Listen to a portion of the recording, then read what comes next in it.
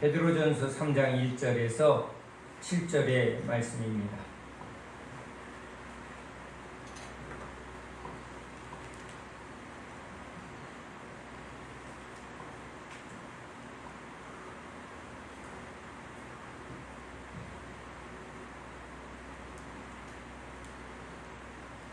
베드로전서 3장 1절에서 7절의 말씀을 읽겠습니다. 아내들아, 이와 같이 자기 남편에게 순종하라. 이는 혹 말씀을 순종하지 않는 자라도 말로 말미암지 않고 그 아내의 행실로 말미암아 구원을 받게 하려 함이니 너희의 두려워하며 정결한 행실을 봄이라. 너희의 단장은 머리를 꾸미고 금을 차고 아름다운 옷을 입는 외모로 하지 말고 오직 마음에 숨은 사람을 온유하고 안정한 심령에 썩지 아니할 것으로 하라. 이는 하나님 앞에 값진 것이라. 전에 하나님께 소망을 두었던 거룩한 부녀들도 이와 같이 자기 남편에게 순종함으로 자기를 단장하였나니 사라가 아브라함을 주라 칭하여 순종한 것 같이 너희는 선을 행하고 아무 두려운 일에도 놀라지 아니하면 그의 딸이 된 것이니라. 남편들아, 이와 같이 지식을 따라 너희 아내와 동거하고 그를 더 연약한 그릇이요 또 생명의 은혜를 함께 이어받을 자로 알아 귀히 여기라. 이는 너희 기도가 막히지 아니하게 하려 함이라. 아멘. 할렐루야. 예수님께서 오셔서 가난한 자, 애통한 자, 병든 자, 고아와 과부, 그리고 세상의 연약한 자들을, 비천한 자들을 부르셨습니다. 세상 속에 고통받는 자들이 주의 이름을 부르며 주 앞에 나옵니다. 자기 삶에 고통도 또 문제도 어려움도 없는 사람이 예수님을 찾을 이유가 없겠죠. 물론 모든 고통과 모든 가난이 다 예수 믿는 절대 조건이 되지는 않습니다. 그러나 그러한 부족과 결핍으로 인해서 우린 그것을 채우려는 그런 본능을 가진 자이기 때문에 이 가난함을, 이 부족함을, 이 고통을 어떻게 해결할까 해서 그 문제 해결을 찾게 될 때, 그때에 이제 주님의 손이, 주님의 은혜가 그에게 임할 때 우린 다른 손이 아닌, 다른 방법이 아닌, 다른 길이 아닌 예수님의 음성을, 예수님의 손길을 붙들게 됨으로 주님을 이제 알게 되고 믿게 된 것이죠. 물론 자기 삶의 여러 가지 어려움을 사람을 통해서 또는 세상 방법을 통해서 경험하는 사람들이 보편적으로 많습니다. 그렇게 경험한 사람은 그 경험을 통해서 자기가 경험한 것을 신뢰하게 돼 있습니다. 철저하게 병원, 의학, 과학, 지식을 신뢰하는 이유는 그 방법으로 좋은 결과를 얻었기 때문이겠죠.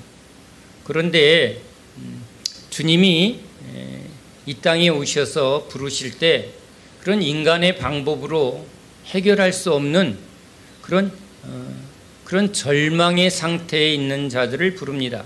문둥병자, 소경, 그렇죠? 안진뱅이, 그러니까 인간의 힘과 노력으로 고칠 수 없는 그 질병, 그런데 그 질병의 뿌리는 결국은 하나님을 떠난 죄로 인하여 사망이 이렇게 고착되어 있는 상태라고 볼 수가 있습니다. 대표적으로 12년 혈류병 여인이 이제 아주 의도적으로 말합니다. 가진 것을 다 허비해서 그 문제를 해결하려고 했으나 해결할 수 없는 상태라는 거예요. 그렇죠? 거의 죽음에 다 이렇게 빠져 있는 상태. 회당장 야이로의 딸 잔다 이렇게 돼 있지만 이제 끝났다 하는 상태죠. 문둥병자, 끝난 거다. 살았으나 죽은 자다. 그러니까 이 죽은 자를 살리는 그 능력은 하나님밖에는 없다는 거예요. 생명을 주실 분은 하나님밖에는 없다. 그것을 주님이 아주 이렇게 강하게 표적으로 나타내신 것이죠. 그래서 주님께서 이 부르심을 보라. 너희가 택한 것이 아니요 하나님이 택하여 너희들을 불렀는데 너희들이 세상에서 자랑할 것이 있는, 그러니까 아무 자랑할 것이 없는 비천한 자들을 주님이 부르셨다는 거예요. 그래서 오늘 이 베드로 사도를 통해서 이제 우리 초대교회가 형성되어질 때 교회에 구성되어 있는 구성원들이 오늘 2장에서도 사환들아, 종들아, 노예들아, 그렇죠. 노예들, 그리고 여자들,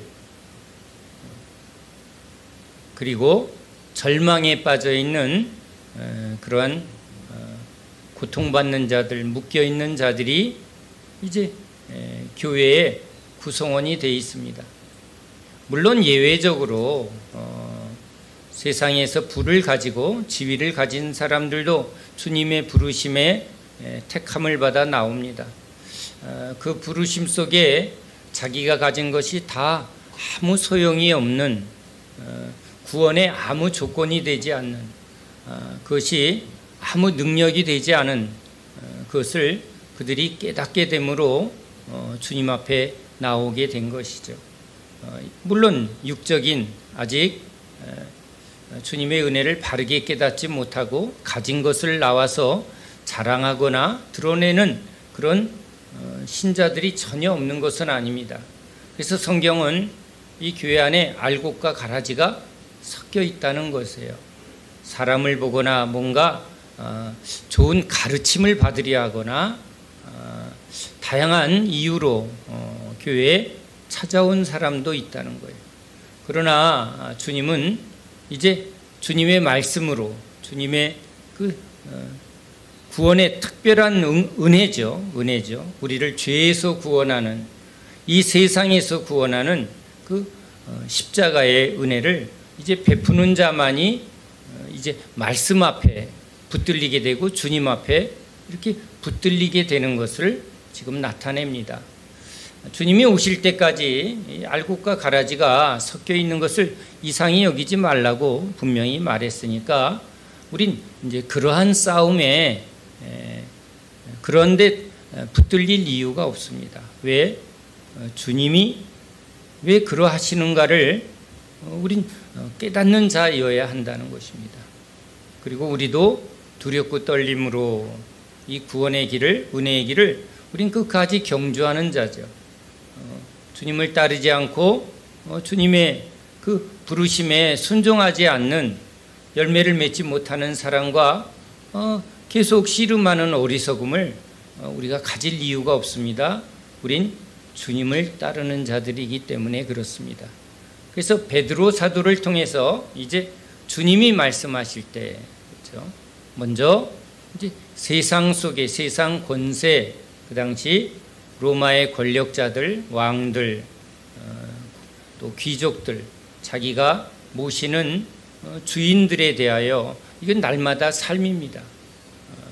그 속에서 이제 우리가 이 땅에서 영원히 살 것이 아니라는 아주 너무 분명한 진리죠.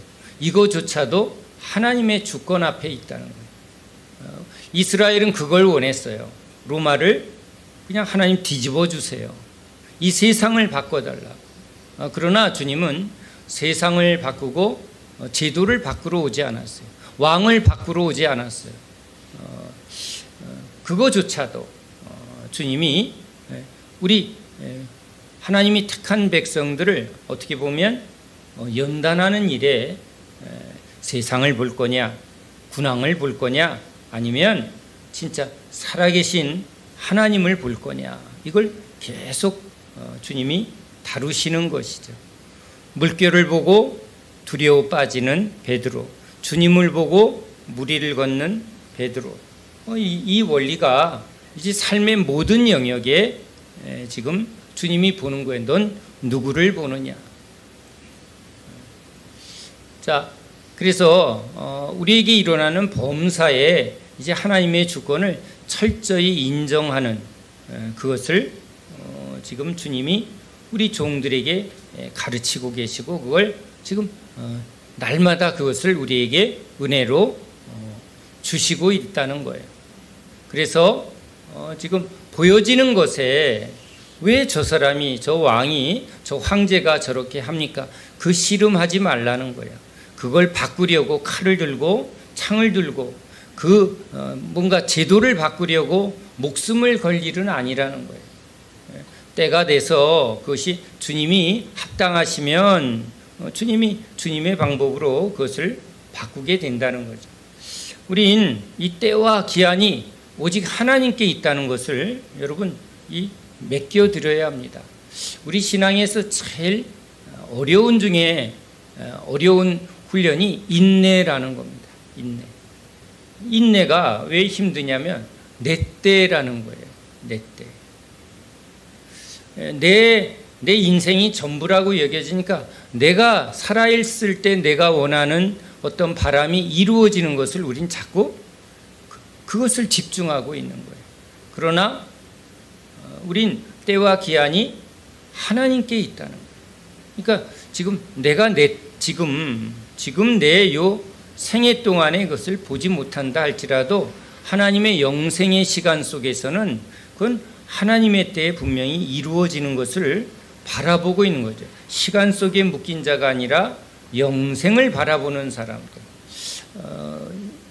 오늘 이 부분을 우리가 좀 날마다 좀 붙들어야 돼요. 우리 이제 육체가 자꾸 늙어가니까 이 늙어가는 육체 속에 자꾸 시간에 묶이게 됩니다. 난 도대체 그동안 뭐 하고 있는 거야? 난 지금 뭐 하고 있지? 점점 시간은 자꾸 가는데, 세월은 흘러가는데 난 뭐 하고 있지? 라는 생각이 들면 자꾸 어떻게 되죠? 허물어져 버립니다. 그런데 우리가 가장 잘한 일이 뭐예요? 예수 믿는 일이에요. 우리에게 가장 중요한 것은 예수님을 믿는 거입니다. 붙어 있으면 이제 열매는 저절로 맺나니. 근데 그 열매가 이제 우리가 맺게 하는 게 아니라 성령님이 맺게 하신다는 거예요. 근데 우리는 열매를 이제 다른 곳에서, 내가 바라보는 곳에서, 내가 하는 일에서 그 열매가 맺어지기를 원하는데, 이렇게 성령님이 열매를 맺게 하신다는 이 진리가 이제 우리에게 성령님과 함께하면 나도 열매를 맛보게 되는 것이고, 지금 내가 바라보고 내가 기대하는 게 성령님의 일이 아니면 그것은 아무리 바라봐도 그저 바라만 보고 있는 거죠. 그렇죠? 근데 여기에 내 욕심이 또는 내 때가 끼어지면 이제 답답해지고, 그렇죠? 그것이 힘들어지는 겁니다. 힘들어지는 거예요. 이건 저의 고백이라고도 볼 수 있습니다. 남자들이 제일 많이 갖는 게 이 성취에 대한 욕구입니다. 또 무엇을 이루려고 하는 목적 중심의 삶을 보편적으로 살아가기 때문에 그렇습니다. 여자들이 다 그런 건 아니지만 이제 여자들이 연약한 그 구조 속에 날마다 주어지는 삶을 이렇게 순종하며 그것을 살아가는 삶에 이렇게 잘 익숙해져 있는 성향이 있고, 남자들은 아무래도 여러 사회 속에, 사람 관계 속에 이제 비교하거나 경쟁하거나 또 일하는 존재니까 그 일의 결과에 조금 매이게 되는 성향이 있는 것이죠. 그런데 예수 믿는 사람들은, 그래서 제가 이 성경을 보면서 아브라함은 도대체 뭘 했나? 뭐 했어요? 이삭 낳았습니다. 스데반은 뭐 했죠? 설교 한 번 하고 주님께 부름을 받았습니다. 주님이 하시는 거지, 그죠? 주님을 따라 순종하면 이제 주님이 하신 일이 이제 우리와 함께하는 일이 되지만, 주님이 일하지 아니하시면 우리는 아무리 뭘 해도 그것은 열매로 우리에게 주어지지 않는다는 거예요. 그러니까 우리가 중요히 여기는 건 이제 내 때가 아닌, 또 내 열심이 아닌, 이제 주님이 우리를 어떻게 이끌어 가시는가 하고 이제 주님의 때를 봐야 되고, 주님이 일하심을 항상 민감히 이제 바라봐야만 되죠. 그래서 그게 기도라는 거예요. 기도는 내가 뭘 하겠다라는 게 아니라 주님이 어떻게 하시는가를 우리가 알길 원하고, 그 주님이 하시는 일에 함께 하길, 그죠? 멍에를 함께 매길 원하는 것이 기도의 가장 중요한 중심이어야 된다는 거예요. 그러니까 이제 노예 입장에서, 다시 본문으로 들어가면, 노예 입장에서는 지금 주인을 날마다 섬기는 삶이 지금 이 노예의 삶입니다. 우린 이제 요셉을 보면 날마다 뭐 하는 거죠? 보디발의 집에서 그 가정의 총무일을 충실히 하는 일에 지금 하나님이 어떻게 하셨다고요? 그와 함께 하셨다는 거예요. 그래서 오히려 그가 하는 일에 하나님의 복이, 하나님이 일하심이 나타났다는 거예요. 보디발의 집에 하나님이 복을 주셨다는 거예요. 우린 지금 그 복에 집중하지만 더 중요한 건 뭐죠? 요셉과 함께함으로예요. 요셉에게 지금 그걸 지금 알게 하는 거죠. 내가 너와 함께한다. 너는 지금 노예이지만, 너는 지금 눈앞에 지금 보디발이 있고 보디발의 아내가 있고 너보다 또 뭔가 나이가 많고 경험이 많은 여러 사람들이 있지만, 지금 너를 끌고 있는 분은 누구다? 하나님이다. 그것을 지금 이 요셉에게 알게 하려는 거죠. 그러니까 지금 노예들에게도 나의 삶을 결정하는 건 저 주인이 아니라, 저 로마의 황제가 아니라 누가 나를 결정한다? 주님이 결정한다. 이 노예의 고통을 아시니까 주님 나를 주인 되게 해주세요 하고 체제를 바꾸고, 그렇죠? 그것을 바라보는 사람이 분명히 있을 거예요. 나도 저렇게 잔치를 벌이고 부유하게 살고 싶습니다. 그런데 그건 예수 믿는 믿음이 아닌 것이죠. 이 땅에서는 나그네로 순례자로 걸어가는 길인데, 지금 이 죄와 사망에, 지금 욕망에 붙들려서 그 탑을 쌓고 있는 그 세상 속에서 어떻게 보면 주인의 삶과 저 황제의 삶을 통해서 이제 빛과 어둠이 무엇이고 진짜와 가짜가 무엇인가를 오히려 주님은 그 낮은 데서 더 고게 하셨을 수도 있는 거예요. 그걸 알게 될 때 오히려 이 노예들은 우리가 더 자유합니다, 우리가 더 부유합니다, 그런 고백을 주님은 하게 하셨을 거예요. 자, 그러니까 이제 뭐 억울한 일을 당하여도 주님이 이렇게 억울한 일을 당하셨구나 하고 항상 주님을 생각하고 주님을 붙들고, 이 노예들이 그 어떻게 보면 십자가의 삶을 믿음으로 감당했던 것이죠. 자, 그 다음에 이제 주님은 아내들아, 보통 갑자기 가정의 문제에 지금 베드로가 이야기하는 것처럼 보입니다. 그런데 우리가 말한 대로 전체적인 그림 속에 누구를 주님이 교회로 부르셨는가요? 우리도 한국교회에 처음 주님의 부르심 속에 누가 가장 많이 나왔을까요? 본문과 똑같았을 것입니다. 노예들, 그 다음에 여자들이 가장 많이 부름을 받겠죠. 거기에 남자들도 예외 없이 부름을 받기도 했지만, 먼저 주님이 가장 낮은 곳에서 고통받는 자, 또 신음하는 자, 낮은 자를 주님이 손을 잡아 부르셨다는 거예요. 자, 그러니까 여기 이제 다 이방인으로 있던 그 당시에 먼저 주님의 부르심을 선택함을 받은 사람들이 예수를 믿게 되면 이제 무슨 문제가 생기죠? 남편이, 가족이 믿지 않는 자, 속에서 먼저 은혜를 받은 사람들이 이제 날마다 고통을 겪게 됩니다.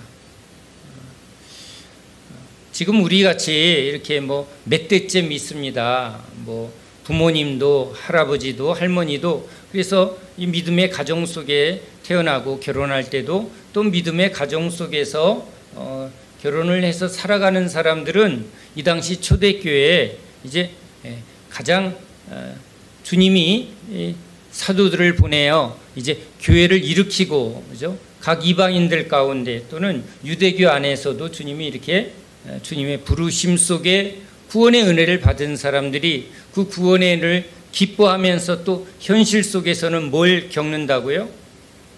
이제 가정 속에 믿지 아니하는 남편과 가족과의 충돌이 일어납니다. 그런 현실적인 문제죠. 노예들이 겪는 현실적인 문제, 세상 속에서 겪는 현실적인 문제, 또 가정 속에서 겪는 신앙의 현실적인 문제에 대하여 이 베드로 사도가 이제 아내들아 하고 말을 합니다. 좀 믿지 않는 자를 남편의 말에 순종하라. 물론 모든 말에 다 순종하라고 성경은 말하지 않습니다. 왕에게 하나님이 세운 권세자들에게 순종하라 하지만 그들이 이제 악법을 하거나, 그렇죠? 그 권세를 이용해서 아주 악한 행동을 할 때 그것에 대해서 무조건적인 순종을 하라고 말하지는 않습니다. 자, 아무튼 그거조차도, 그렇죠? 뭔가 감당할 만한 시험조차도 주님은 이제 그것이 아버지의 뜻이라면 우리가 인내하고 그것을 이제 받아들이라는 거예요. 왼뺨을 때리면 오른뺨을 내밀라고 하는 것처럼 오히려 억울한 일을 당할지라도 그것을 이제 보여지는 대로 해석하지 말고 이제 그 일을 통해서 하나님이 뭘 말씀하시나를 항상 묻는 것이 우리 신자들이기 때문에, 그래서 저 믿지 않는 남편을 생각할 때 똑같이 같이 믿지 않았다가 내가 하나님의 전적인 은혜로 구원을 받은 아내들아, 그렇다면 오히려 저 남편의 지금 상태를 어떻게 할 수 있다? 이해할 수 있다. 결국은 나도 저 남편과 같은 자였으나 하나님이 나를 불쌍히 여겨 은혜로 구원을 주셨다면 이제 너를 통해서 저 남편이 예수 앞으로 나오는 일에 이제 그 목적을 항상 생각하라는 거예요. 그래서 물론 주변에 이것 때문에 평생을 고통을 겪는 분들도 보게 됩니다. 너무 완고하고 너무 계속 거부하는, 주님을 거부하는 남편과의 삶을 살면서 그것을 말할 수 없는 고통을 겪는 우리 권사님들의 눈물을 우리가 주변에서 의외로 많이 보게 됩니다. 옆에서는 그런 말을 또 할 수도 있죠. 아우 이제 그냥 헤어지세요. 참 그런 말이 저절로 나올 만큼 폭력을 행사하거나 모욕을 하거나 또는 신앙생활에 아주 심하게 반대하는 남편 때문에 눈물로 늘 기도밖에 할 수 없는 그런 권사님들을 의외로 주변에서 많이 보기 때문에 그렇습니다. 이 당시도 아마 지금 이 문제가 굉장히 심각하게 일어나고 있었을 것입니다. 유대교에서 예수를 믿는 일은 죽음을 감당할 수도 있고 강제 이혼을 당하기도 하고 문중에서 축출당하는 그런 실제적인 고통을 겪기도 했습니다. 그런데 또 아예 그렇게 축출을 당하면 그걸로 끊어지겠지만 그렇지 않은 관계 가운데 계속 고통을 겪는 사람들도 실제 있었을 거예요. 그런데 그럴 때라도 지금 주님이 지금 그 남편의 구원을 위하여 오히려 인내하며 너의 행실을 통해서 주님이 드러나도록 하라는 거예요. 여기 말씀에 순종하지 않는 자 이렇게 돼 있어요. 우린 믿음은 하나님의 말씀으로입니다. 그러니까 남편에게 주 예수를 믿으십시오 아무리 말을 해도 거절하는 경우를 실제 보게 됩니다. 말씀을 들음으로 믿음이 생기기 때문에 우린 예수님을 믿으라는 이 권면을 우리가 안 할 수가 없는데, 주님은 그 남편을 구원하는 통로가 이제 복음을 전하는 것, 그것이 아니라 또 뭐로 지금 그 구원의 문이 열릴 수 있다고요? 묵묵히 그 남편에 대하여 순종하는, 어떻게 보면 아버지 뜻대로 십자가를 지시고 그 십자가의 길을 걸어가시는 예수님의 삶, 예수님의 모습을 지금 우리에게 요구하시는 것이죠. 이것이 참 쉽지 않은 말씀입니다. 우리가 그래서 날마다 예수님을 바라봐야만 합니다. 우린 예수님을 믿을 때 예수님이 나타나는 권능, 그렇죠? 이 권능을, 기적을 보면 다 믿을 것 같은데 또 그렇지 않는다는 걸 또 경험합니다. 반짝 그 기적에 반응하기도 하지만 이제 영생의 말씀이 우리 심령 속에 들어와 그것이 참다운 생명의 변화로 일어나는 데까지는 이 믿음의 길은 그렇게 간단하지 않은 것을 우리가 경험하기 때문에 지금 주님이 우리에게도 오셔서 그동안 많은 과정을 통해서 우리를 이끌어 가시고 있는 거예요. 그러니까 우리에게도 그렇게 끝까지 사랑하시고 끝까지 인내하시는 주님의 손길, 주님의 은혜가 있었다는 걸 우린 항상 바라봐야만 하는 거죠. 그래서 가정에서도 지금 이러한 고통 속에 있는 아내들에게 이제 누구를 계속 바라보라고요? 예수님의 길을 바라보라는 거예요. 결국은요, 세상 속에서나 직장 속에서나 또는 가정 속에서나 모든 믿는 자의 삶은요, 얼마나 우리가 편안하게, 얼마나 행복하게, 얼마나 즐겁게가 아니라 뭐죠? 예수님의 길이에요. 예수님의 길. 예수님이 고난에 어떻게 순종하셨는가? 예수님이 세상 권력 앞에서 어떻게 행하셨는가? 예수님이 가족들 가운데 어떻게 행하셨는가? 예수님이 지금 자기에게 이용하려고 또는 자기에게 다양한 목적을 가지고 지금 나타나는 사람들에게 예수님은 어떻게 하셨는가?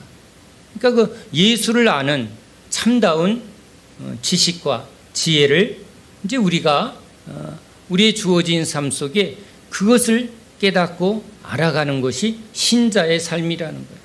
환경을 바꾸고 상황을 바꾸고, 그렇죠? 남편을 바꾸고 뭐 이런 게 아니라 주님의 관심은 우리로 하여금 얼마나 더 예수님과 함께하는가, 예수님을 알아가는가에 더 목적을 두고 있다는 것을 깨달으라는 거예요. 그러니까 우리는 우리를 바꿀 생각은 안 하고 뭘 자꾸 바꾸려고 그러죠? 상황을 바꾸고 상대방을 바꾸려고 해요. 이게 너 때문이야, 그렇죠? 네가 바뀌어야 내가 편해진다는 거예요. 근데 이건 아주 천하의 어리석음이죠. 누가 바뀌는 게 은혜라고요? 예, 우리가 바뀌는 게 이게 주님의 뜻이라는 걸 이건 놓치지 말아야 될 줄로 믿습니다. 그래서 이제 이 남편과의 문제뿐만 아니라 이제 일상의 삶에서 여자들의 본능 속에 가장 중요하게 여기는 게 뭐예요? 꾸미는 거. 그래서 제가 우리 광야의 출애굽 가운데 이 광야를 따라가려면 이 이쁘게 단장하는 여자들이 이 광야의 삶에서 다 탈락한다고 제가 그런 설교를 한 적이 있어요. 그렇죠? 아침에 화장하고 있는데 갑자기 구름 기둥으로 주님이 출발하는 거예요. 아, 이거 화장 마치고 갈게요 하면 떨어지는 거예요. 아, 빼닦고도 좀 씻고 이렇게 좀 정장도 입고 따라가고 싶은데 이 광야길은 이 빼닦고도 뒷굽이 다 깨지고, 그렇죠? 이 정장이 아주 너무 불편하게 돼 있는 거예요. 그러니까 그런 일에 자기를 꾸미고 사람들에게 자기가 어떻게 보일까 이런 외모와 그리고 자신의 어떤 외적인 것을 이렇게 추구하는 일에 허비하지 말라는 거예요. 허비하지 말라는 거예요. 제가 사소한 일과 같지만 신방을 가서 어느 환자를 기도하는데 그리 나이가 많지 않은 집사님이셨어요. 60이 간 넘은 집사님이 뇌에 치매 비슷하게 들어와서 병원에 입원까지 하게 되었는데 기도를 하는데 이분이 기도에 집중하고 이제 주님만 바라보자고 하고 있는데 두 손이 계속 뜨개질을 하고 있는 거예요. 그래서 기도가 끝난 후에 손을 잡아도 또 조금 있으면 뜨개질을 하고 그래서 기도를 마친 후에 집사님 왜 이래요? 그랬더니 제가 왜요? 그랬더니 왜 계속 기도 중에도 뜨개질을 하냐? 그랬더니 한가할 때마다 뭐 했다고요? 뜨개질을 했다는 거예요. 이게 뜨개질이 삶이 돼버린 거예요. 그러니까 이 무의식 속에서도 항상 이 뜨개질을 하고 있는 거예요. 그래서 이 알곡이 무엇인가? 날마다 쌓아놓는 게 이게 알곡이에요. 그러니까 날마다 내가 뭘 쌓고 있는가가 이제 그 사람의 실체라는 거예요. 여기다 날마다 드라마를 쌓으면 드라마가 나오는 거고 여기 날마다 무슨 놀이를 쌓아놓으면 여기서 놀이가 나오는 거예요. 그러니까 우리 신앙도요, 이 깊이라는 게 있는데 깊이와 넓이와 높이도 결국은 내가 무엇을 여기다가 축적하고 또 그것을 더 추구하는가가 그 사람의 깊이라는 거예요. 그러니까 얘기를 해보면 이 깡통이네, 속에 아무것도 없네. 그러니까 쌓아놓은 게 없는 거예요. 그러니까 토대가 하나하나 기초가 있고 그 기초 위에 또 그 위에 그 다음 이 과정에 충실하면 그 사람 속에는 지혜도 있고 지식도 있고 은혜도 있고 능력도 있는 게 이게 이제 알곡의 특징인데 세상도 그렇잖아요. 세상도 어느 지식도 그냥 되어지나요? 실력이 그냥 되어지는 게 없거든요. 우린 그런 말을 해요. 조금 같이 해보면 금방 뽀록이 난다. 뭐예요? 그 사람의 실력이 다 드러난다는 거예요. 깊이가 없고 아는 게 없고 내용이 없으면 금방 그 사람의 속에 있는 게 금방 드러난다는 거예요. 그러면 그걸 통해서 그 사람이 날마다 뭐 했는가예요. 날마다 어느 수준에서 삶을 사는가가 그대로 나온다는 거예요. 그러니까 의사가 그냥 매일 감기만 치료하는 소아과 의사라면 그 사람은 그냥 감기 수준밖에는 안 되겠죠. 그런데 이제 감기가 아니라 더 어렵고 힘든 병과 계속 싸우고 연구하는 의사는 이제 더 전문의가 되고 더 같은 의사여도 더 박사급이 되고 더 의사를 가르치는 의사로 이 사람이 더 진보를 나타낼 거라는 거예요. 하나의 예입니다. 우리도 신앙도 그런 거예요. 우리가 지금 날마다 찬양을 하면서 조금씩 알아가는 게 있어요. 찬양도 깊이가 있구나. 찬양도 은혜에 깊이가 있는 거구나. 그렇죠? 이게 내 찬양이 되는 것과 그것이 이제 성령으로 드려지는 찬양이 있다는 것을 또 경험하게 됩니다. 그러니까 우린 또 그 위로 가보질 않은 거예요. 그렇죠? 그러니까 우리가 드리는 날마다의 찬양도 이 얼마나 그 안에 깊이가 있을까.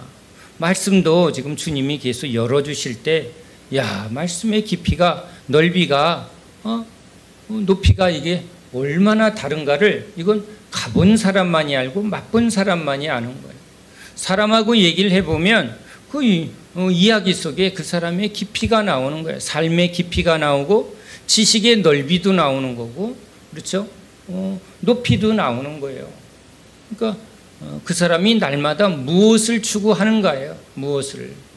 그러니까 인생은 짧은데 도대체 뭘 하다 왔는가. 어떤 것은 허비가 되고 낭비가 되고 어떤 것은 남는 게 되는데 그 남는 게 무엇일까? 예수님이라는 거예요. 예수님의 그 은혜가 이제 깊어지고 넓어지고 높아지는 건 이건 성령께서 해주셔야 되는데, 그 성령의 은혜는 예수와 십자가를 붙들 때 주님이 우리에게 그 넓이와 깊이와 높이를 우리에게 열어주시는 거거든요. 그것을 열매 맺게 해주는 거거든요. 그러니까 주님이 그 길로 우리를 계속 끌고 가시는 거죠.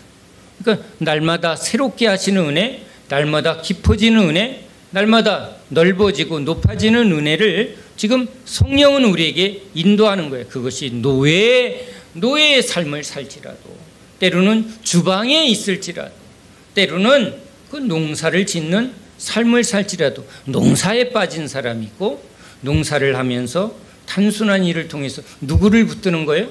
주님을 붙드는 거예요. 주님을.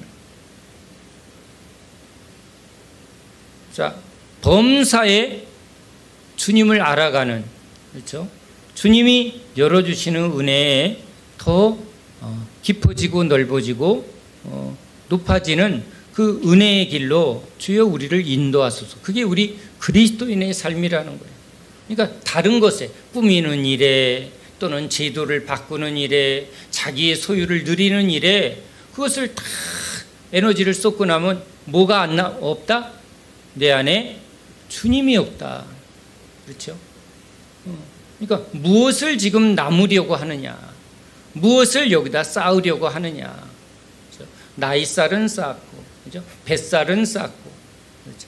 어느 분은 이 기분대로 사니까 욕만 들어요. 는대니까 이게 체질화되는 거예요. 그러면 잠꼬대 할 때도 막 그런 게 나온다는 거예요. 무의식이 그것으로 채워졌다는 거예요. 날마다 쌓아진 게 결국은 나오는 거예요. 그러니까 여기 날마다 여기 머리를 가꾸고 뭐 꾸미고 하는 일, 이건 날마다의 반복의 삶이거든요. 지금 그것을 지금 의도적으로 주님이 베드로를 통해서 우리에게 말하는 거예요. 날마다 반복하는 게 우리의 삶이 된다는 거예요. 그러니까 뭐 아예 이러지 모두 하지 말라가 아니라 그 일을 이제 뭐 하라고요?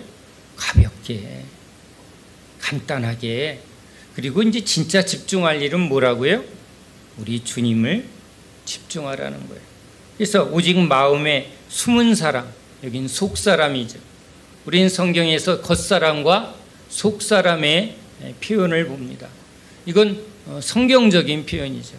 우리 주님을 믿는 자에게 주시는 성령의 은혜로 우리의 속사람이 거듭나게 되고, 이 속사람을 자라나게 하시고 예수의 형상으로 이르기까지 주님이 날마다 우리의 속사람을 온유하고 겸손하게, 또 주의 말씀 위에 아주 강건하게 주님이 다루어 가신다는 거예요.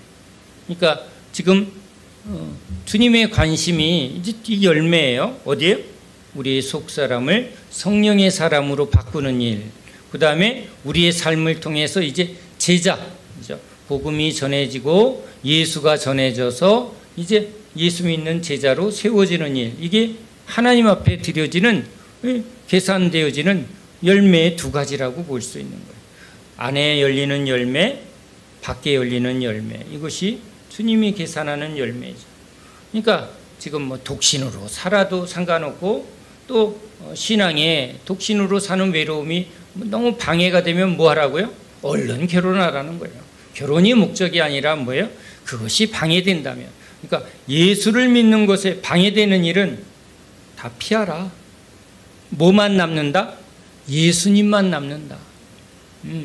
너무 단순한 진리예요. 그것을 방해되는 일이라면 뭐예요? 부모나 처자나 전답이나 모든 것을 다 버릴 수 있어야만 뭘 소유하게 된다? 예수님만 소유하는 자가 된다는 거예요. 그래서 이제 우리 안에 예수와 십자가만을 붙들 때 주의 성령이 우리 속사람을 날마다 강건하게, 그죠? 겉사람은 후패하나 속사람은 날마다 새롭게 하는 은혜를, 깊어지는 은혜, 새롭게 하는 은혜를 우리가 경험하게 된다는 거예요. 그러니까 이제 속에서 무엇이 흘러나오느냐, 그렇죠? 그게 이제 우리 신자에게 나타나는 하나님의 능력이라는 거예요. 이건 말에 있지 아니하고 능력에 있다는 거예요. 이 주님의 은혜가 흘러갈 때, 넘칠 때 이게 성령의 역사하심이 나타난다. 여기 아브라함에게 순종한 이 사라의 이야기를 지금 이 아내들에게 말합니다. 심지어는 아브라함이 자기를 누이라고 속여서 살기 위해서 그런 거짓을 또는 무능력함을 또는 그 말도 안 되는 행동까지도 지금 이 사라는 지금 그런 남편의 행동에 상처받고 뭐 거기에 절망하고 무너지고가 아니라 이제 그 모든 문제 위에 누구를 보고 있다고요?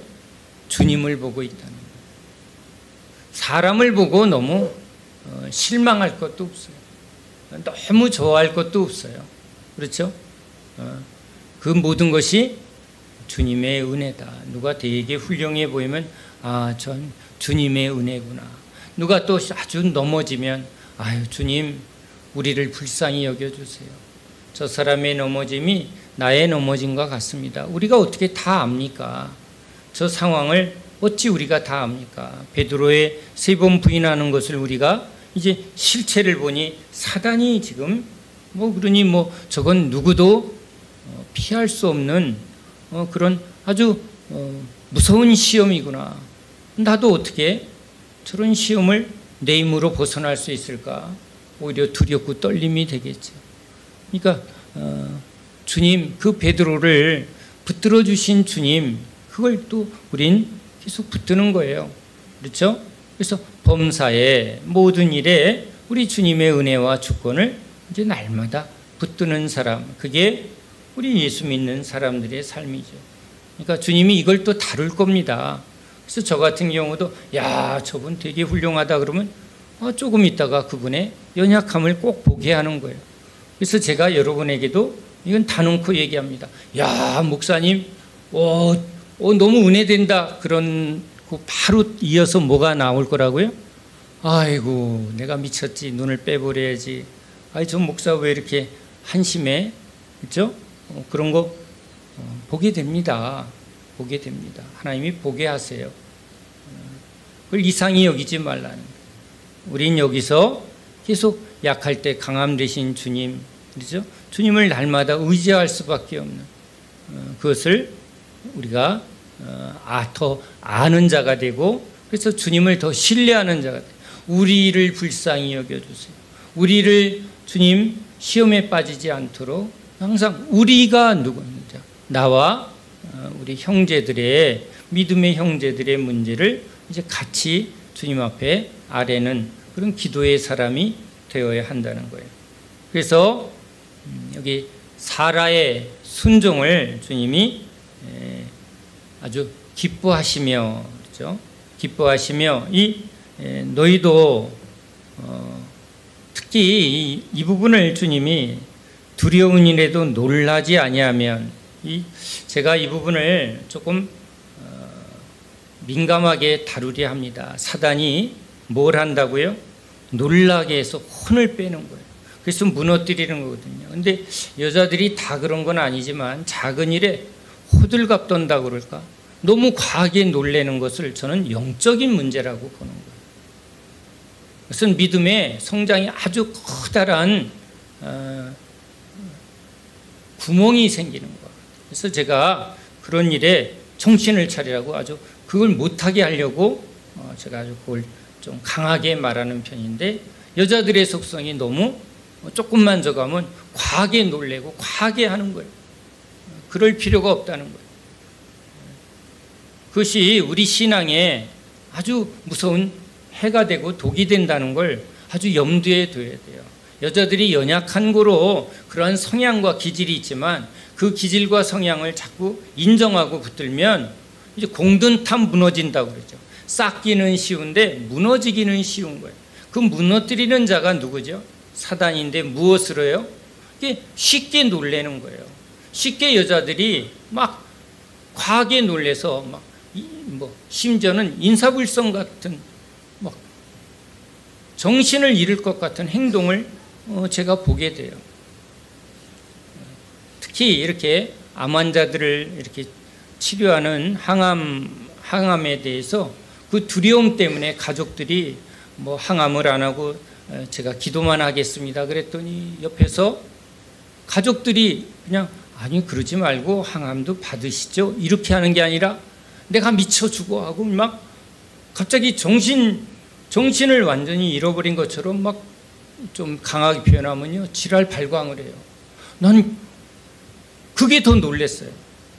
아니 오히려 차분하게 물론 기도도 필요하지만 그래도 이런 의학의 도움도 받아야 되는 거 아닙니까? 라고 좀 권면해야 하는 거는 지혜로워 보이는데 너 안 그러면 나 죽어버릴 거야 그러고 막 이상한 행동을 제가 여러 번 봤어요.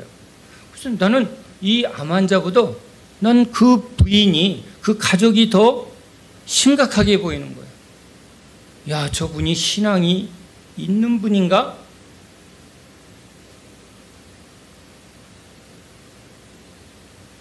아니 지금 사자나 불구덩이 앞에서의 시험도 우리는 믿음으로 통과를 하도록 주님이 끌고 가는 분인데 자기의 문제도 아닌 그렇죠? 가족의 그런 문제 속에 그냥 뭐 주님도 없고 기도도 없고 그냥 자기 뭐만 있는 거예요? 불안과 감정만 있는 거예요. 그러니까 자기한테 닥쳐서 그렇게도 그것이 심각하게 영적인 것을 훼손하게 하고 무너뜨리는 아주 무서운 행동이거든요.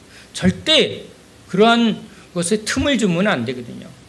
물론 놀랄 수 있고 두려움이 올 수도 있지만 그것에 무너지면 안 되거든요. 놀랄 때도 주님 해야 되고 그렇죠? 두려움이 왔을 때 더 주님을 빨리 붙들어야 되는데 두려움이 자기를 지배하게 하고 놀라는 것에 경기를 이게 자꾸 심하게 안 할 때는요, 그건 굉장히 영적인 거예요. 그건 사단한테 틈을 주고 사단이 흔들 때 일어나는 일처럼 보이는 거예요. 그래서 이 작은 일에 놀라고 또 작은 일을 크게 행동하는 그 어떤 여성적인 그 남자들도 그럴 수 있는데 그러한 일들은 우리 신앙에 아주 무서운 해가 된다는 것을 꼭 기억을 해서 그런 일이 있을지라도 주님 이때 더 주님을 붙들어야 돼요. 그렇죠? 우리 여기 불났을 때도 그래서 제가 왜 그러냐고 이럴 때 더 어떻게 해야 된다고요? 더 침착해야 되고 더 주님을 이렇게 붙드는 실제가 그때 나와야 된다. 죽으면 죽으리라 해야죠. 타면 또 주님이 세고 주시겠지. 그래서 오히려 우리가 더 그때 담대해야 되고 더 당황하지 않아야 상황을 수습할 수 있는 지혜도 또 주님께 기도할 수 있는 어떤 그런 게 되죠. 막 호들갑을 떨면 믿지 않는 자와 똑같은 행동을 하는 거예요. 그래서 그러한 자기 안에 어떤 기질과 성향이 있다면 그 부분에 대해서 여러분 주님께 먼저 기도하는 여러분이 되시기 바랍니다. 그 안에 뭐예요? 내가 내 중심에 주님을 더 철저히 믿는 믿음이 없고 뭘 하는 거죠?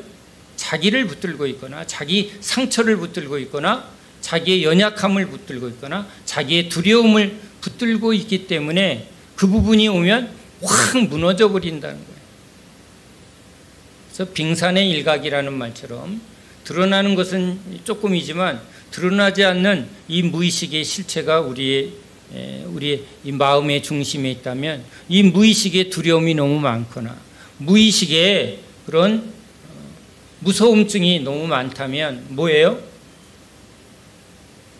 주님을 내 중심에 이 무의식이 어디예요? 나를 결정하는 내 중심이죠. 내 중심에 주님 오셔서 이 두려움을 이 놀라는 이런 작은 일에도 무너지는 이 나를 뭐 해달라고요?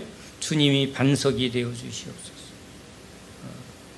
그래서 겉사람이 아니라 진짜 속사람을 강건케 하여 주시옵소서. 그 기도가 굉장히 중요한 기도인 줄로 믿습니다. 그러면 그의 딸이 될 것이니라. 아주 독특한 표현을 합니다. 우린 믿음의 조상 아브라함의 후손이에요. 그렇죠? 아브라함을 우리 아브라함의 순종을 따라 해서, 그런데 이 아브라함을 통해서 지금 주님이 우리에게 믿음의 조상이 아브라함이다, 아브라함의 후손이다, 똑같아요. 사라의 딸이다. 사라의 딸이라는 게 아니에요.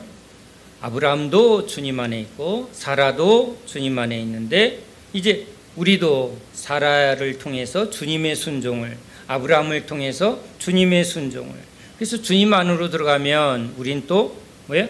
아브라함의 후손이 된 것처럼 사라의 딸이 되었다라는 이 표현이 다 주 안에서 이제 함께 되었다라는.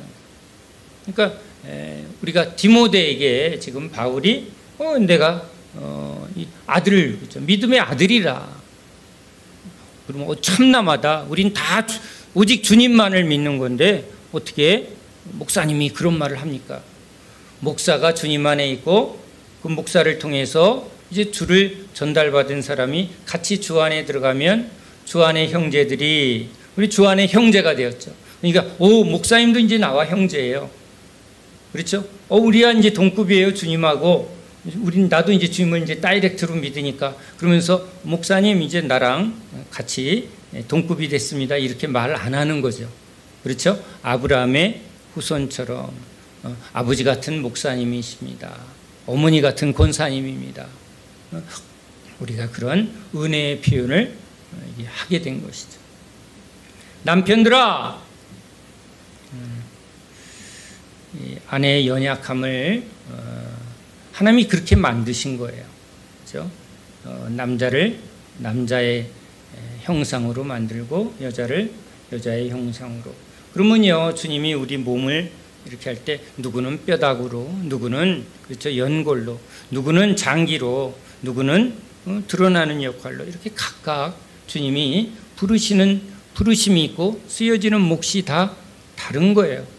그래서 지금 주님의 그 부르심 속에 아내에게 준 역할, 여자들에게 준 역할, 약한 자에게 준 역할을 이제 비교하거나 판단하지 말고 그 모든 것을 지금 우리 주님의 주권 앞에 인정하며, 그렇죠? 또 우리 남편들을 통해서, 또 강한 자를 통해서, 또 연약한 자를 섬기려는, 그렇죠?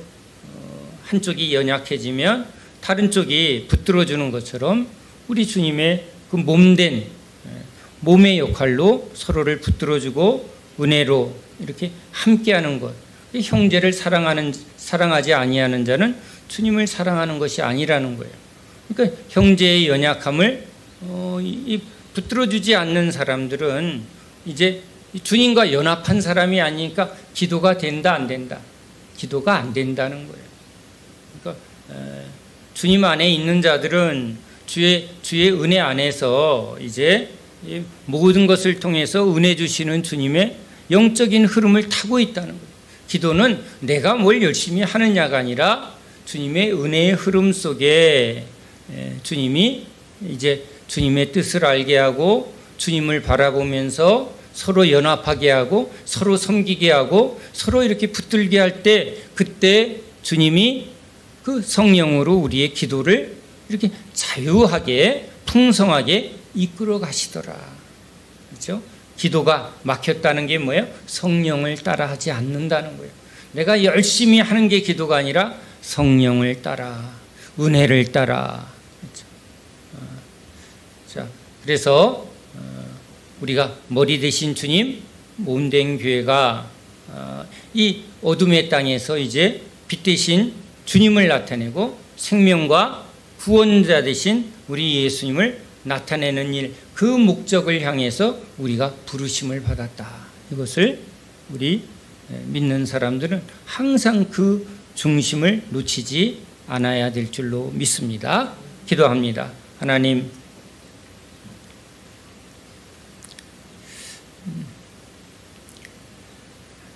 주님이 오실 날이 멀지 않은 이 마지막 때에, 또 우리 생애에 끝자락을 바라보며 우리도 주님 오실 길을 바라보며 믿음으로 주님만을 바라보고 이제 주님의 은혜를 힘입어 저희들이 깊어지고 넓어지고 높아지는 그러한 속사람의 강건함을 주님이 주시기를 원합니다. 주어지는 모든 삶의 주님의 뜻을 깨달으며 또 주님께 더욱 집중하며 주님의 우리를 새롭게 하시고 풍성케 하시는 그 성령의 은혜를 저희들이 따라가길 원합니다. 그 은혜의 흐름을 따라 순종하길 원합니다. 그래서 열매를 많이 맺어서 주님이 기뻐하는 저희 모두 되게 하여 주시옵소서. 예수 그리스도 이름으로 간절히 기도합니다. 아멘.